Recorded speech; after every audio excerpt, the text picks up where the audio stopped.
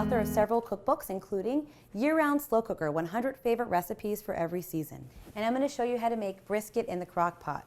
What I have here is a mixture of pomegranate molasses, some Dijon mustard, salt, pepper, coriander, and some garlic, some minced garlic that's going to flavor our beef. I also have here some beef brisket right here. Great cut for the slow cooker. I have a mixture of tomato paste and all-purpose flour. It's going to thicken our brisket sauce and also add some intensity. The tomatoes will do that. I have some red wine, add richness to the dish.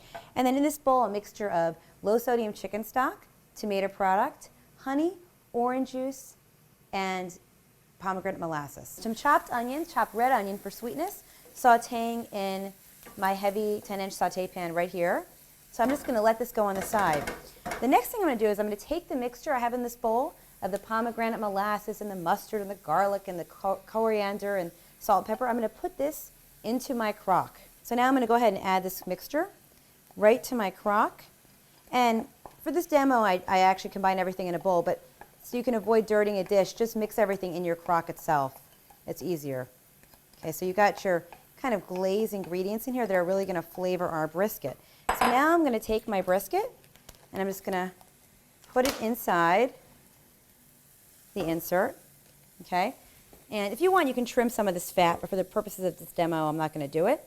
You're just going to really coat the meat. You really want to coat it with all these flavors. The Dijon, the pomegranate molasses, the ground coriander, the salt and pepper are really going to give it a nice, intense Middle Eastern flavor and a little bit of sweetness as well. The onions are softened, and if you want, you can make them a little bit caramelized. You can cook them till they're a little more brown than this, okay? I'm now going to add a mixture of my tomato paste and my flour.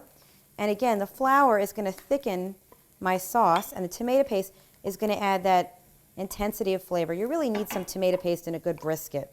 Okay? And I'm just going to mix this until you really want the flour to disappear. If your pan gets dry, add a little more fat. I'm going to add a little bit more vegetable oil. See? And you just really want to keep cooking this until the flour is gone. You don't want to see that flour. You really want to make sure it's been absorbed into the onions and the tomato paste. After the meat comes out of the slow cooker, let it rest for about 10 minutes so the juices distribute evenly throughout the meat. Then you're going to take a sharp serrated knife like this one and you're going to cut the meat across the grain. So if the meat fibers are running this way, I'm going to cut this way. And that's going to make for more tender meat. So if the grains go this way in this brisket, I'm going to cut my slices like that. And that's going to make our meat even more tender. And I'm going to cut in, roughly 1/3-inch thick slices. Okay, just like that.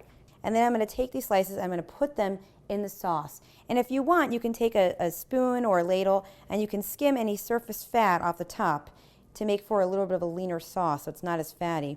And you really want to do this ideally, you'll make your brisket a day or two in advance because the longer the meat sits in the sauce, the more the slices will soak up the flavor and the more moist and flavorful they will be. So let me just show you. Hands are messy, but this is exactly what a finished brisket will look like. You want to have plenty of sauce, and you want to have nice slices of tender meat. So this is what the brisket looks like when you put it onto a plate, and if you want, you could garnish with pomegranate seeds, that kind of thing. But you see the slices of meat, and they're almost glazed in that delicious sauce. I'm Dina Cheney, and thanks for watching me show you how to make brisket in the crock pot.